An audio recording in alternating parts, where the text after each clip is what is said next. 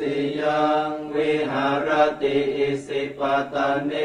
มิคทาเยตาตระโคปะคะวาปัญจวัคคีเยภิกขุอามันเตสิทเวเมภิกขเวอันตาปาปชิเตนะนะเสวิตาภายโยจายังตาเมสุกามสุขันลิกานุโยโคหิโนคัมโมโปตุชนิโกอนาริโยอนาถสันหิโตโยจายังอัตตกิลมัฏฐานุโยโคทุกโขอนาริโยอนาถสันหิโตเอเตเตภิกขเวอุโปอันเตอนุปคัมมมาชิมาปฏิปทาตถาคเตนะอภิสัมพุทธาจักขุกรณียานกรณีอุปสมายะอภิญญายสัมพุทธายนิพพานายสังวัตติกตมาจะสาภิกขเวมาชิมาปฏิปทาตถาคเตนะอภิสัมพุทธาจักขุกรณียานกรณีอุปสมายะอภิญญายสัมพุทธายนิพพานายสังวัตติอายเมวะอริโยอัตถังคิโกมาโคสัยยทิทังสัมมาทิฏฐิสัมมาสังกัปโปสัมมาวาจาสัมมากัมมันโตสัมมาอาชีโวสัมมาวายาโมสัมมาสติสัมมาสมาธิอายังโคสาภิกขเวมาชิมาปฏิปทาตถาคเตนะอภิสัมพุทธาจักขุกรณียานกรณีอุปสมายะอภิญญายสัมพุทธายนิพพานายสังวัตติอิทังโค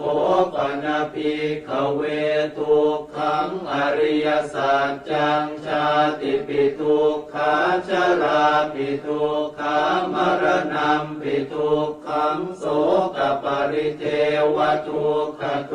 มนัสสุปายาสาปิทุกขาอาปิเยหิสัมปโยโคทุกโขปิเยหิวิปโยโคทุกโข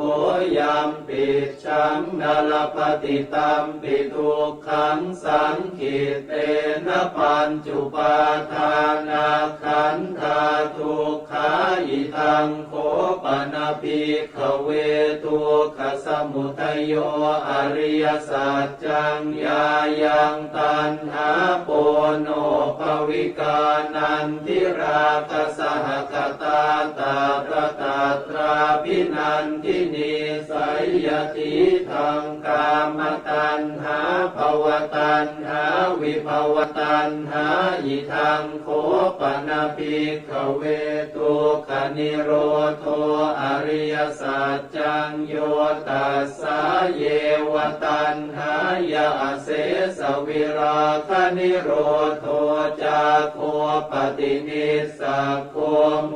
ติอนาลโยอิทังโคปนะภิกขเว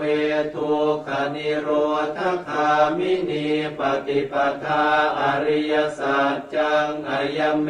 วะอริโยอัตถังคิโกมาโคสัยยทิทังสัมมาทิฏฐิสัมมาสังกัปโปสัมมาวาจาสัมมากัมมันโตสัมมาอาชีโวสัมมาวายาโมสัมมาสติสัมมาสมาธิ อิ ทังทุกขังอริยสัจจันติเมภิกขเวปุพเพอนันโนสุเตสุธัมเมสุจักขุงอุทธปปาทิญาณังอุทธปปาทิปัญญาอุทธปปาทิวิชชาอุทธปปาทิอาโลโกอุทธปปาทิตังโขปนิทังทุกขังอริยสัจจังปริญญายันติเมภิกขเวปุพเพอนันโนสุเตสุธัมเมสุจักขุงอุทธปปาทิญาณังอุทธปปาทิปัญญาอุทธปปาทิวิชชาอุทธปปาทิอาโลโกอุทธปปาทิตังโขปนิทังทุกขังอริยสัจจังปริญญาตันติเมภิกขเวปุพเพอนันโนสุเตสุธัมเมสุจักขุงอุทธปปาทิญาณังอุทธปปาทิปัญญาอุทธปปาทิวิชชาอุทธปปาทิอาโลโกอุทธปปาทิอิทังทุกขสมุทัยโยอริยสัจจันติเมภิกขเวปุพเพอนันโนสุเตสุธัมเมสุจักขุงอุทธปปาทิญาณังอุทธปปาทิปัญญาอุทธปปาทิวิชชาอุทธปปาทิอาโลโกอุทธปปาทิตังโขปนิทังทุกขสมุทัยโยอริยสัจจังปหาตัพพันติเมภิกขเวปุพเพอนันโนสุเตสุธัมเมสุจักขุงอุทธปปาทิญาณังอุทธปปาทิปัญญาอุทธปปาทิวิชชาอุทธปปาทิอาโลโกอุทธปปาทิตังโขปนิทังทุกขสมุทัยโยอริยสัจจังปะหินันติเมภิกขเวปุพเพอนันโนสุเตสุธัมเมสุจักขุงอุทธปปาทิญาณังอุทธปปาทิปัญญาอุทธปปาทิวิชชาอุทธปปาทิอาโลโกอุทธปปาทิอิทังทุกขนิโรโธอริยสัจจันติเมภิกขเวปุพเพอนันโนสุเตสุธัมเมสุจักขุงอุทธปปาทิญาณังอุทธปปาทิปัญญาอุทธปปาทิวิชชาอุทธปปาทิอาโลโกอุทธปปาทิตังโขปนิทังทุกขนิโรโธอริยสัจจังสัจฉิกาตัพพันติเมภิกขเวปุพเพอนันโนสุเตสุธัมเมสุจักขุงอุทธปปาทิญาณังอุทธปปาทิปัญญาอุทธปปาทิวิชชาอุทธปปาทิอาโลโกอุทธปปาทิตังโขปนิทังทุกขนิโรโธอริยสัจจังสัจฉิกตันติเมภิกขเวปุพเพอนันโนสุเตสุธัมเมสุจักขุงอุทธปปาทิญาณังอุทธปปาทิปัญญาอุทธปปาทิวิชชาอุทธปปาทิอาโลโกอุทธปปาทิอิทังทุกขนิโรธคามินีปฏิปทาอริยสัจจันติเมภิกขเวปุพเพอนันโนสุเตสุธัมเมสุจักขุงอุทธปปาทิญาณังอุทธปปาทิปัญญาอุทธปปาทิวิชชาอุทธปปาทิอาโลโกอุทธปปาทิตังโขปนิทังทุกขนิโรธคามินีปฏิปทาอริยสัจจังภาเว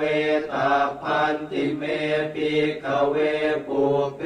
อนันโนสุเตสุธัมเมสุจักขุงอุทธปปาทิญาณังอุทธปปาทิปัญญาอุทธปปาทิวิชชาอุทธปปาทิอาโลโกอุทธปปาทิตังโข ปนิทังทุกขนิโรธคามินีปฏิปทาอริยสัจจังภาวิตันติเมภิกขเวปุเพอนันโนสุเตสุธรรมเมสุจักขุงอุทธปาทิญาณังอุทธปาทิปัญญาอุทธปาทิวิชชาอุทธปาทิอาโลโกอุทธปาทิยาวกีวันจะเมภิกขเว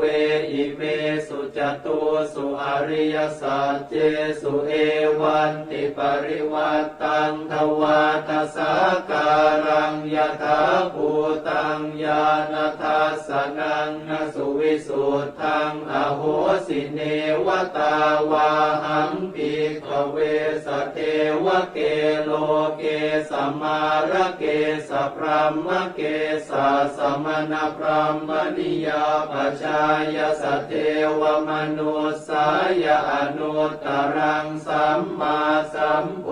ธิงอภิสัมพุทโธปัจจัญญาสิงยโตจะโคเมภิกขเวอิเมสุจตุสุอริยสัจเจสุเอวันติปริวัตตังทวาทสาการังยถาภูตังญาณทัสสนังสุวิสุทธังอโหสิอัฏฐาหังภิกขเวสเทวเกโลเกสัมมาระเกสะพรหมเกสะสมณพรหมนิยาปัจจายสเทวมนุสสายอนุตตรังสัมมาสัมโพธิงอภิสัมพุทโธปัจจัญญาสิงญาณัญจะปนเมทัสสนังอุทธปาทิอกุปปาเมวิมุตติอายมันติมาชาตินาติธานิปุนาภโวติอิธรรมโวจะภควาอาตมนาปัญจวัคคียาภิกขุภควโต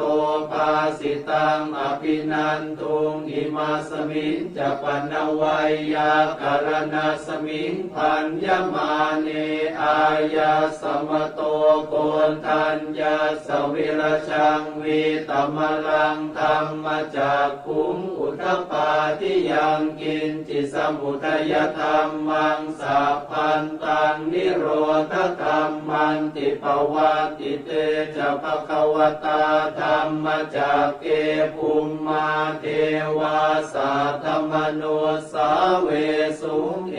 ตัมภควตาภาลานสิยังอิสิปตเนมิคทาเยอนุตตรังธรรมจากกังปวัตติตังอาปฏิวัตติยังสมณเณนวาพรหมเณนวาเทเวนวามาเรนวาพรหมุนาวาเกณจิวาโลกัสมินติภูมานังเอวานังสัทธังสุตวาจาตุมหาราชิกาเทวาสัทธมนุสาเวสุงจาตุมหาราชิกานังเท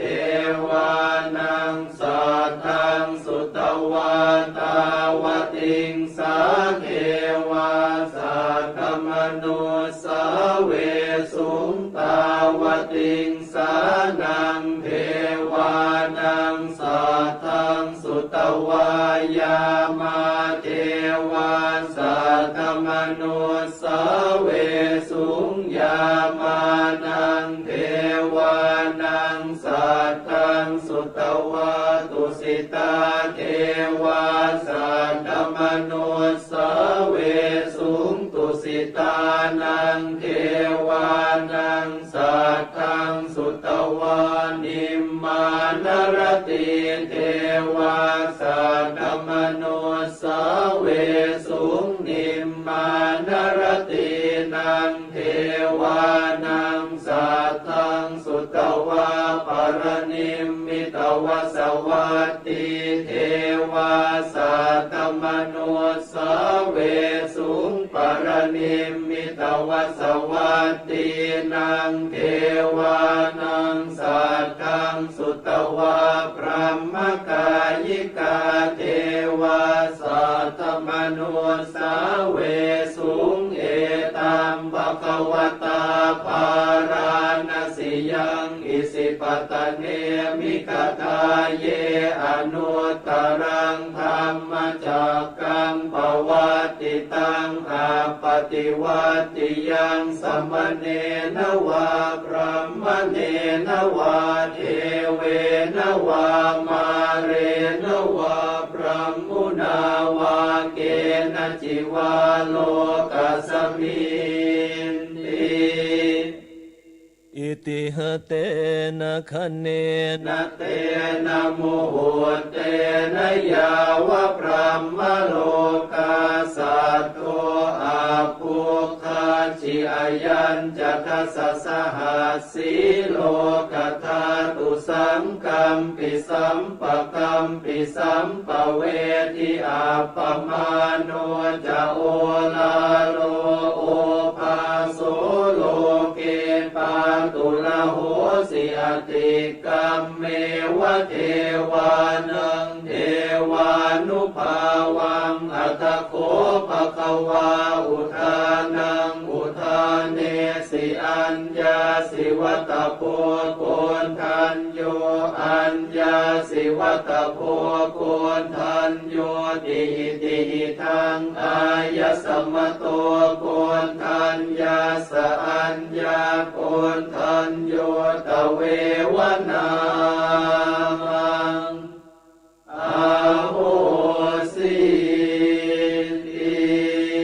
สวดเมตตาพรหมวิหารภาวนาโดยย่อเอวัมเมสุตังเอกังสัมมายังภะคะวาสาวติยังวิหารติเชตวเนอนาถปิณฑิกาสอาราเมตตาระโคภะคะวาภิกขุอามันเตสิภิกขโวติภะทานเตหิเตภิกขุภะคะวะโตปัจจโสสุงภะคะวะเอตทะโวจังเมตตายาภิกขเวเจโตวิมุตติยาอาเสวิตายาปาวิตายาปะมุริกตายาญาณิกตายาวัตถุกตายาอนุทิตายาปริจิตายาสุสมา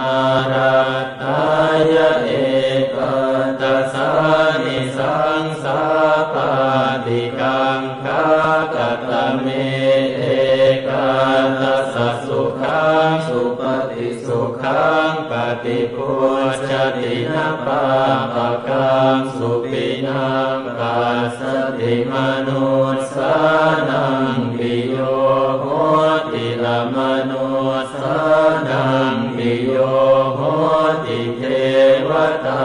ราคันตินาสะอาคิวาวิสังวาสัตตังวากรรมติตุวตังจิตตังสมาธิยติมุขวันโนวิปัสสิทติอาสัมโมลโหปะรังกโรติอุตตริงอาปฏิวิชันโตธัมมโรภูปะโคโหติเมตตายาภิกขเวเจโตวิมุตติยาอาเสวิตายาภาวิตายาภะมุริกตายาญาณิกตายาวัตถุกตายาอนุทิตายาปริจิตายาสุสมาราตายาอิเมเอกาตัสสานิสังสาปานิกังคาหัตถิอนุทิโสภารณาเมตตาเจ ติโอติโสภารณาเมตตาเจโตวิมุตติอาติจิสาภารณาเมตตาเจโตวิมุตติอาติหาคาเรหิอโนติโสภารณาเม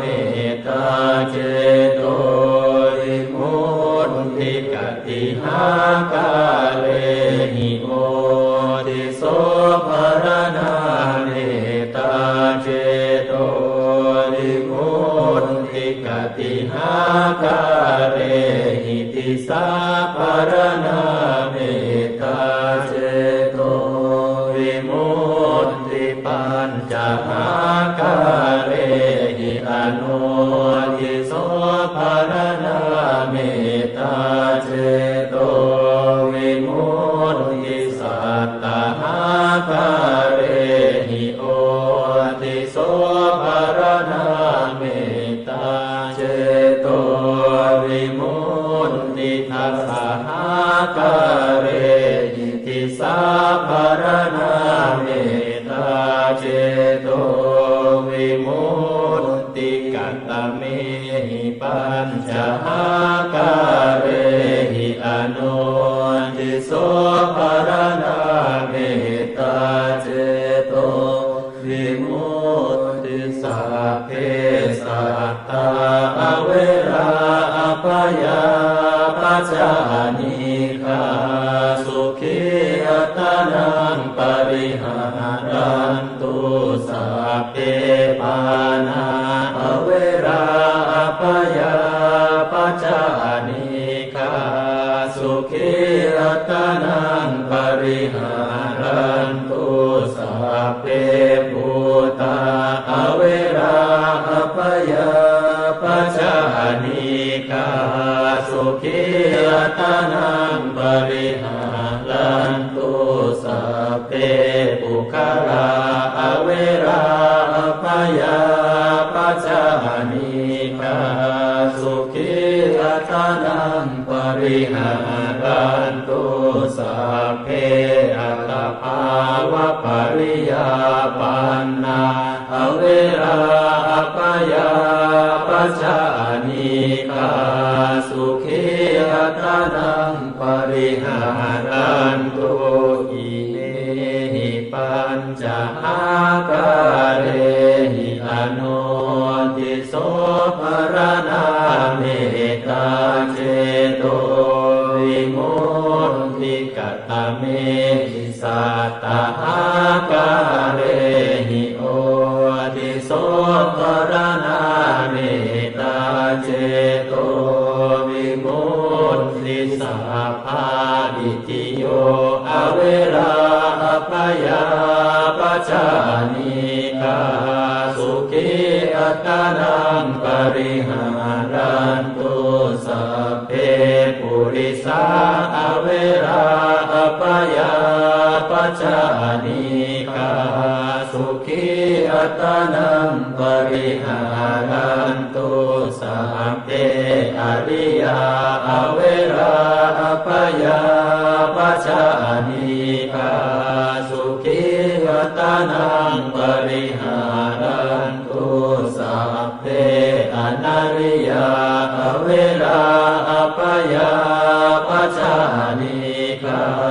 สุขีอัตตานังปริหารันตุสัพเพเทวาอเวราอภยาปัจจานิฆาสุขีอัตตานังปริหารันตุสัพเพมนุสาอเวราอภยาปัจจานิฆาสุขีอัตตานังปริหารันตุสัพเพวินิปาติกาอเวราอภยาปัจจานิฆาสุขีอัตตานังปริหารันตุอิเมหิสัตตหาคาเรหิโอติโสภารณาเมตตาเจโตวิมุตติกัตตะเม หิทาสหกเรหิติสาภารณาเมตตาเจโตวิมุตติสัพเพปุราติมายติสายสัตตาอเวราอภยาปัจจานิกาสุขีอัตานังปริหารันตุสัพเพปัจฉิมายติสายสัตตาอเวราอภยาปัจจานิกาสุขีอัตานังปริหารันตุสัพเพอุตตรายติสายสัตตาอเวราอภยาปัจจานิกาสุขีอัตานังปริหารันตุสัพเพทักขินายติสายสัตตาอเวราอภยาปัจจานิกาสุขีอัตานังปริหารันตุสัพเพปุราติมายาอนุทิสายสัตตาอเวราอภยาปัจจานิกาสุขีอัตานังปริหารันตุสัพเพปัจฉิมายาอนุทิสายสัตตา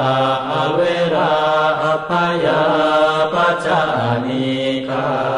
สุขีอัตานังปริหารันตุสัพเพอุตตรายาอนุทิสายสัตตาอเวราอภยาปัจจานิกาสุขีอัตานังปริหารันตุสัพเพทักขินายาอนุทิสายสัตตาอเวราอภยาปัจจานิกาสุขีอัตานังปริหารันตุสัพเพเหติมายติสายสัตตาอเวราอภยาปัจจานิกาสุขีอัตานังปริหารันตุสัพเพอุปาริมายติสายสัตตาอเวราอภยาปัจจานิกาสุขีอัตานังปริหารันตุอิเมหิทัสสหกเรหิติสายปาลนาเมตตาเจโตวิมุตติ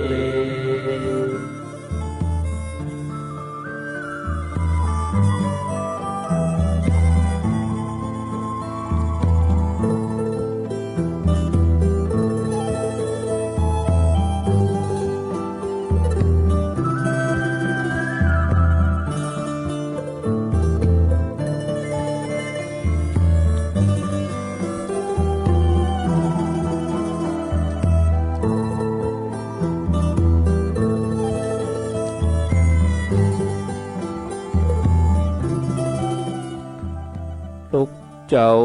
ตื่นตัวเจ้าบัวกับหันเยื่องนาพังพร้อมลุกขวายบ่อตันหนตางกีดกอมก้าตัวบ่อต้อมปุ่นอายจุงเก่งเข้าไว้อย่าไปเฮ่อขวายต่อหน้าสบายจำไว้เน้อเจ้าจำไว้เน้อเจ้าอรุณสวัสดิ์ธรรมะสวัสดีสวัสดียามเจ้าญาติโยมท่านผู้ฟังยินดีต้อนรับเข้าสู่รุ่งอรุณวันใหม่ปะกันเจ้านี้เป็นเจ้าของวันพัดพฤหัสบดีที่5เดือนสิงหาคมพุทธศักราช2564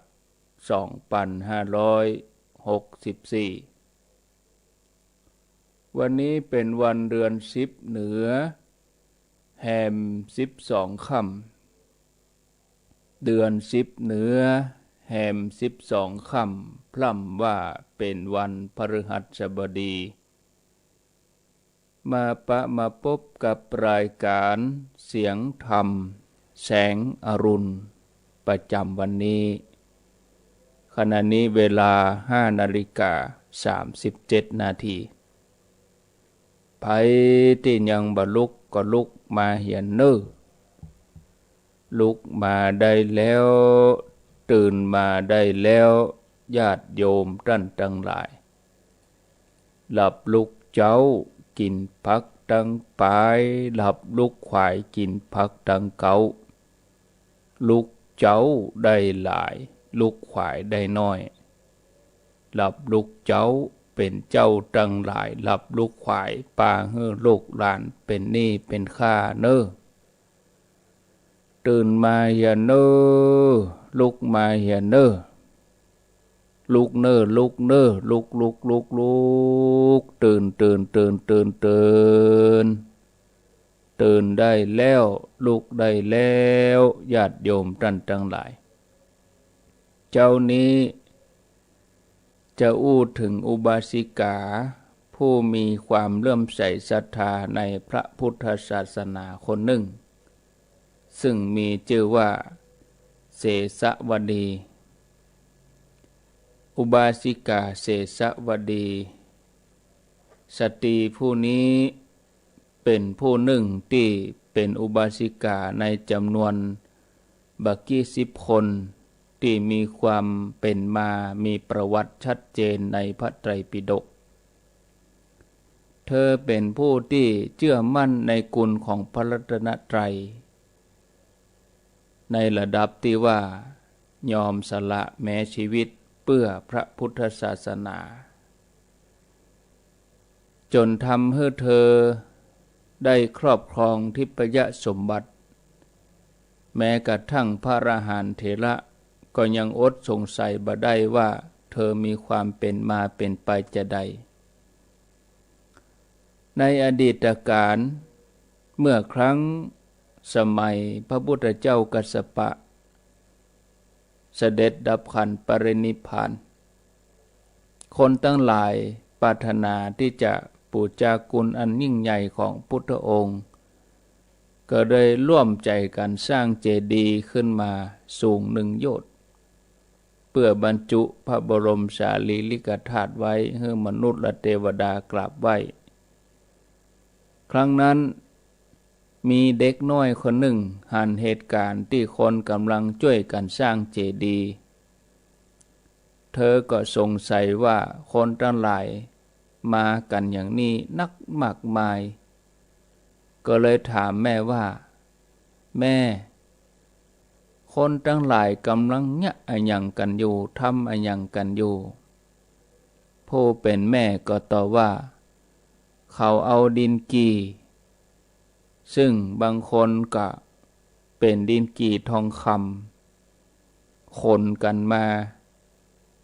เอามารวมกันเพื่อจะสร้างเจดีย์ลูกเด็กน้อยคนนี้เป็นคนมีศรัทธาเลื่อมใสในพระพุทธศาสนายังบัดตันมีไผจวนเธอเองก็มีใจอยากทำบุญด้วยตัวเองพอดีเด็กน้อยคนนี้ก็มีเครื่องประดับเป็นทองคำชิ้นน้อยๆอยู่ที่คอเธอก็ขออนุญาตแม่ว่าแม่ลูกจะมอบเครื่องประดับอันนี้สมทบในการสร้างเจดีย์จะได้ก่อแม่ผู้เป็นแม่ก็อนุญาตอนุโมทนากับเด็กน้อยลูกสาวของเธอหลังจากนั้นเธอก็ปลดเครื่องประดับออกจากคอ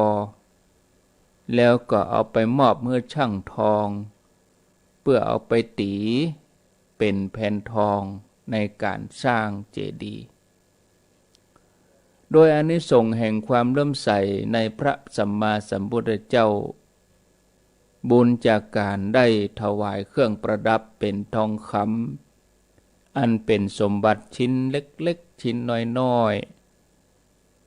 แต่เธอสละด้วยใจที่ยิ่งใหญ่ด้วยใจเลื่อมใสศรัทธา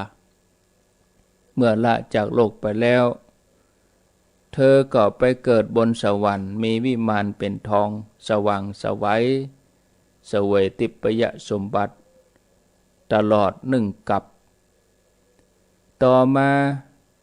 าถึงในสมัยพระพุทธเจ้าของเฮาสมณโคดมนางเทพธิดาใจบุญคนนี้ก็ลงมาเกิดในโลกมนุษย์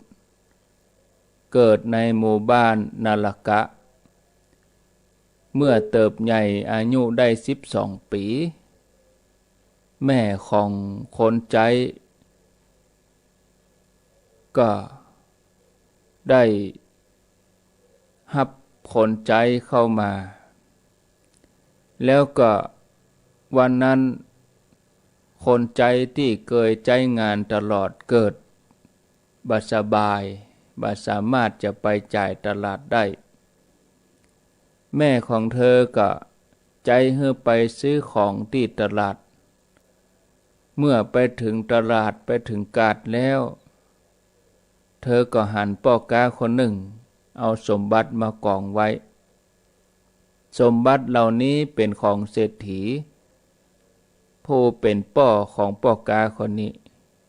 แต่ด้วยความตรณีของพ่อกายังให้สมบัติที่เคยอยู่ก็วิบัติไปจนหมดเสียงของที่เคยเป็นเพชรนิลจินดากลายเป็นกระเบื้องกลายเป็นก้อนหินกลายเป็นก้อนดินไปเสียหมดแต่พ่อกายังมีปัญญาอยู่พ่องก็เลยเอาสิ่งของเหล่านั้นมากองขายในตลาดเพื่อว่าอาจจะมีคนมีบุญที่เป็นเจ้าของเงินทองเหล่านี้ผ่านมาวันนั้นเมื่อเด็กหญิงคนนี้ผ่านมาที่ตลาดหันพ่อกาเอาของมีค่ามากองไว้ก็รู้สึกแปลกใจเธอก็ถามว่าเป็นจะใดเอาเงินเอาทองเอาแก้วมณีเอาเพชรนิลจินดามากองไว้ที่กาดนี้ยังอย่างบ่เอาเก็บรักษาดี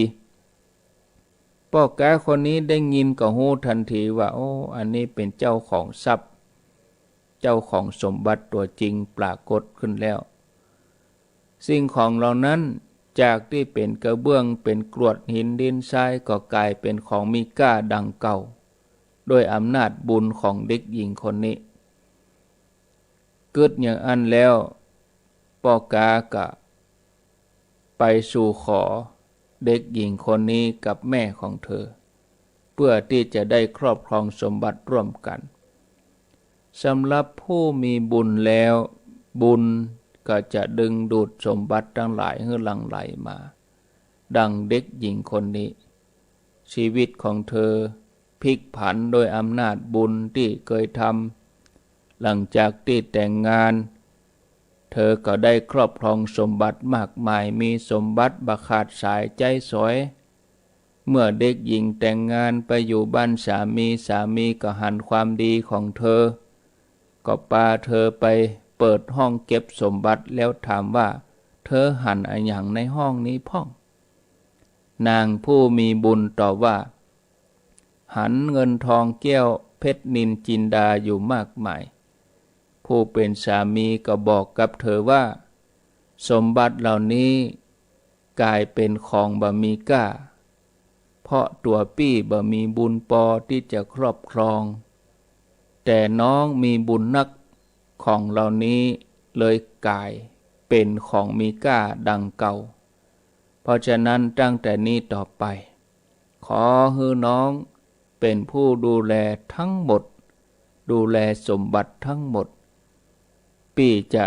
ใจส่วนที่น้องแบ่งต่ออันโดยเหตุนี้นางผู้นี้ก็เลยมีชื่อว่านางเสสวดีคำว่าเสสวดีแปลว่านางผู้มีส่วนนางเสสวดีนี่เป็นอุบาสิกาที่มีศรัทธาประกอบด้วยปัญญาบ่มีความประมาทในการดำเนินชีวิตเธอรู้ว่าบุญเป็นสิ่งที่อยู่เบื้องหลังของความสุขความสำเร็จทั้งหลายแล้ว ที่สำคัญถ้าใจบุญไปเรื่อยๆบ่ได้สร้างบุญใหม่เพิ่มบุญนั้นก็จะหมดไปถ้าหากว่าบุญหมดลงไปอุปสรรคก็ดีความทุกข์ภัยทั้งหลายก็จะหลั่งไหลเข้ามาฉะนั้นนางเสสาวดีก็เลยหมั่นสั่งสมบุญเป็นประจำบ่ฮื้อบาปได้ช่องบ่ฮื้อบาปได้ส่งผลช่วงนั้นเป็นเวลาที่พระสารีบุตรหูว่ากำลังจะนิพพานท่านก็เกิดจะตอบแทนคุณของแม่ก็คือนางสาลีพรหมณีผู้เป็นมารดาพระสารีบุตรท่านก็ไปเข้าเฝ้าพระพุทธเจ้าเพื่อขออนุญาตไปนิพพานที่บ้านเกิดเมืองนอนที่หมู่บ้านนาลกะซึ่งเป็นบ้านเกิดเมืองนอนของท่านเมื่อพระสารีบุตรไปถึงบ้านแล้วท่านสารีบุตรก็แสดงธรรมโปรดแม่จนได้บรรลุโสดาบันเมื่อเจ้าท่านก็นิพพานในห้องของท่านเองเมื่อพระสารีบุตรท่านนิพพานแล้วบรรดาเทวดามนุษย์ทั้งหลายต่างปากันทำสักการะพระธาตุของท่านเป็นเวลา7 วันจากนั้นก็ก่อเจดีย์สูง100 ศอกปลูกไม้กิษณาไม้จันทร์เพื่อจะบรรจุพระธาตุฝ่ายนางเสสาวดีหูข่าวว่าพระสารีบุตรนิพพานที่บ้านเกิดเมืองนอนซึ่งก็เป็นหมู่บ้านเดียวกันที่นางเสสาวดีอาศัยนางเสสาวดีก็เลยเกิดจะไปกราบพระธาตุของท่านสารีบุตรแต่พ่อของเธอห้ามบ่ให้ไปก็เลยส่งดอกไม้ไปต่ออันเพราะกลัวว่านางเสสาวดีจะโดนคนทั้งหลายแห่กันไปกราบพระธาตุพระเถระจะย่ำเอาเพราะว่าคนเบียดกันนักแต่นางมีศรัทธาแห่งกล้าบ่กลัวตายนางคิดว่าถึงแม้เฮาจะตายที่หั่นเฮาก็จะได้ทำการสักการะบูชาจากนั้นเธอก็ออกเดินทางไปพร้อมกับคนรับใจกำพระอบเต็มไปด้วยดอกไม้ของหอมขณะที่เธอแล้วก็คนรับใจกำลังยืนไหว้บูชาพระธาตุของพระสารีบุตรด้วยดอกไม้ของหอมนั้นช้างตกมันตัวหนึ่งซึ่งล่นเข้ามาฝ่าฝูงชนทำเมื่อคนตกใจปากันล่นหนีโอลหม่านต่างคนต่างหนีเอาตัวรอดนางเสสาวดีถูกคนต่ำคนจนล้มลงแล้วคนทั้งหลายก็เหยียบย่ำจนเสียชีวิตด้วยบุญที่นางเสสาวดีมีจิตเลื่อมใสในพระสารีบุตรบุญที่ได้สักการะโดยดอกไม้ของหอมไปเกิดบนสวรรค์เป็นนางฟ้าเมื่อเธอไปเป็นเทพธิดาหันทรัพย์สมบัติมากมายของตนแล้วก็สงสัยว่าเฮาได้ทำบุญด้วยอันหยังถึงได้มาเสวยสมบัติอย่างนี้ศรัทธาญาติโยมท่านสาธุชนอุบาสิกาเสสาวดีนี่เป็นผู้ที่มีความเลื่อมใสในพระพุทธศาสนาคำพบคำจัดสิ่งใดเป็นบุญเป็นกุศลเธอก็จะทำด้วยความเต็มใจเมื่อครั้งเป็นเด็กน้อยก็ยังหู้จักเอาบุญใส่ตัวโดยที่บ่ต้องจวนไผเกิดชาติต่อไปก็ยังเสี่ยงเอาดอกไม้ไปไหว้สรีระร่างขันท่านสารีบุตรจนตัวเองตายบูชาพระรัตนตรัยด้วยใจศรัทธาญาติโยมท่านสาธุชนท่านผู้ฟังทั้งหลายเนี่ยบุญที่นางเสสาวดีทำก็ส่งผลอันยิ่งใหญ่ให้มีทิพยสมบัติจนกระทั่งพระวังคีสะต้องมากราบขออนุญาตพระพุทธเจ้าถามว่านางผู้นี้เคยทำบุญอะไรอย่างมาสำหรับตัวเฮาเอง ยังบ่ถึงขั้นที่จะเสี่ยงชีวิตไปแต่เฮาสามารถทำบุญที่ส่งผลได้โดยการประพฤติปฏิบัติปริยัติห่ำเฮียนปฏิบัติปฏิเวทญาติโยมตื่นเจ้าขึ้นมาได้ฟังธรรมค่ำมาได้ฟังธรรมประพฤติปฏิบัติกันเนี่ยศรัทธาญาติโยมเจ้ามาก็สวดโยโกห้องค่ำมาก็สวดโยโกห้องน่าอนุโมทนานะพอเวลาแล้ว5:05กับ52นาทีโอ้เวลาก็เวยเนาะศรัทธาญาติโยมเนอะท่านผู้ฟังญาติโยมท่านทั้งหลายรายการ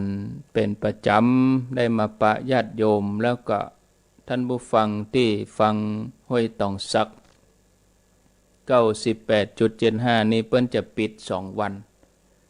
จ้าสุดวันพุธเนาะวันพุธได้ยินละญาติโยมโอ้บ่ได้ยินวัน2วันเดือดร้อนเฮาก็ไหลเสาะหาเอานะญาติโยมอยู่ตังโซนแม่วางสันปะตองมาเจ้านี่ก็ฟังโฮงัวเอาฟังของพ่อดม 89.50 นะตังในเวียงนี่เปิ้นบ่ได้มีผลกระทบต่อใด104รับตลอดบ่ายมาก็ฟังที่ของพ่อดมนี่1ชั่วโมงแล้วก็4ปันเงิน 88.25 บ่าย3ค่ำมาก็ฟังที่บ้านเป็นเรดิโอฟังที่แม่วางเรดิโอไหลช่อหาเด้อถึงปะเนอะถ้าเฮาจ้างไหลช่อหานี่บ่เป็นอุปสรรคแต่เฮาบ่จ้างไหลหานี่มันจะวุ่นวายหน่อยระวุ่นระวือหน่อยเนอะ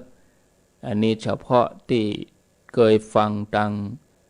89.75 98ขอโทษไม่ใช่89 98.75 ของที่ห้วยตองสักนี่นะส่วนที่อื่นๆปกติเหมือนเดิมนะบ่ว่าฟังจากเวียงป่าเป้าบ่ว่าจะฟังจากที่ไหนตั้งใดนอกนั้นเหมือนเดิมเมืองฝางแม่แจ่มเหมือนเดิมเฉพาะที่ห้วยตองสักวงเป่านี่บ่ได้เปิ้นปิดปรับปรุง2วันวันที่4กับวันที่5วันพุธนี่ก็ดีอะได้ยินน่ะเนาะเอาละญาติโยมท่านทั้งหลายเหลือเวลาแถม5-6นาทีทองไผจะอู้จะแจ้งผลการนับฟังก็ขอเจริญปอนเข้ามาที่หมายเลขโทรศัพท์099366 อูจาสนทนาแจ้งผลการนับฟังก่อนที่จะได้ล่ำลาฟังรายการต่อไปเป็นรายการมรดกธรรมล้านนาดำเนินรายการโดยท่านพระมหาสมชาตินันทธรรมิโกเจ้าอาวาสวัดหนองยาวอำเภอเวียงป่าเป้าจังหวัดเชียงรายรับสายเจริญพรครับกล่าวว่าจากครับท่านอาจารย์ป่อบุญธรรมบ้านโป่งหนองฟังชัดดีเนาะชัดเจนดีครับบุญธรรมโมทนามันจะทำบุญนี่ถึงทำแต่เหมือนน้อยๆเนาะโอ้ใจมาตั้งนี้ตั้งน้อยแล้วเนาะครับถ้ามันว่าทำนี่โอ้ใหญ่เท่าอยู่ได้มันนึงว่าเงี้ยเนาะอาจารย์มาจักก็ตึมไปอีน่ะไปเถอะอีน่ะจวนไปกินไปตันไปเถอะไปแม่นเนาะถ้าเท่าวันนี้นั่นไงเราเท่ามาแล้วก็ไปใหม่ให้น้อยไปได้นั่นไงปิดประตูตัวเองไปเลยครับโมทนาเนอครับผมสายต่อไป0998366322 เจริญพรเจ้าท่านเจ้าท่านเจ้าแต่ว่าไหลไปที่ท่านบอกเจ้าได้ก็เคยฟังแค่แถวนี้วันนั้นเจ้าได้ฟังเลยเจ้าเมาอยู่กับร้านก๋วยเตี๋ยวบ่ไปยื้อข้าวผัดพ่องแม่นแล้วเจ้านั่นแกเจ้าการที่เฮายึดที่สถานีเดียวไหลซ้อหาเอากะไหลซ้อหาเอา เจริญพร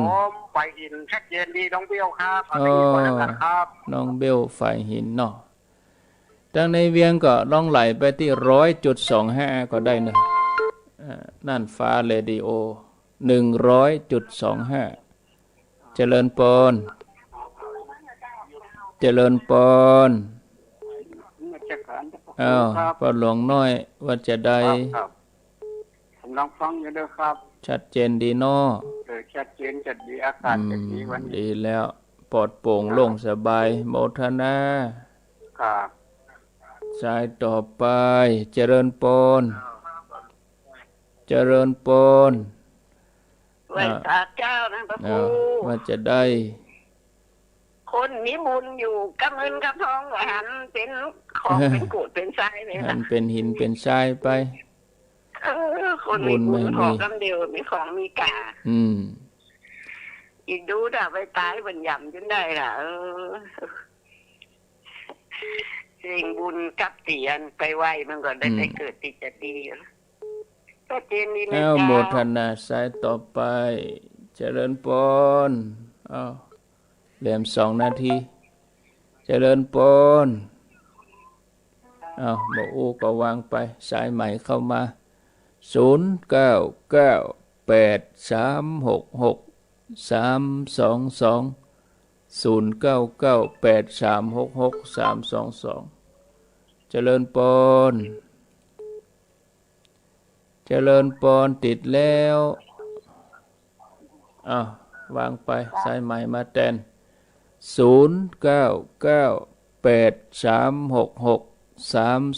0998366322คือโยมเขาไปเมาฟังวิทยุเวลาโทรมาเฮาอู้กับโทรศัพท์เฮากดโทรศัพท์เฮาต้องอู้กับโทรศัพท์เฮาจะไปใจจดจ่อวิทยุมันจะงงแล้วก็จะบ่เข้าใจทุกรายการนะบัดเดียวเพิ่นจัดออนไลน์เฮาต้องเข้าใจเจริญพรติดแล้วอู้ดังแถมหน่อยโมทนาหมดเวลาแล้วญาติโยมนะขอลาไปก่อนเด้ออายุวันโนสุขังปลังมาเล่าฟังเป็นความรู้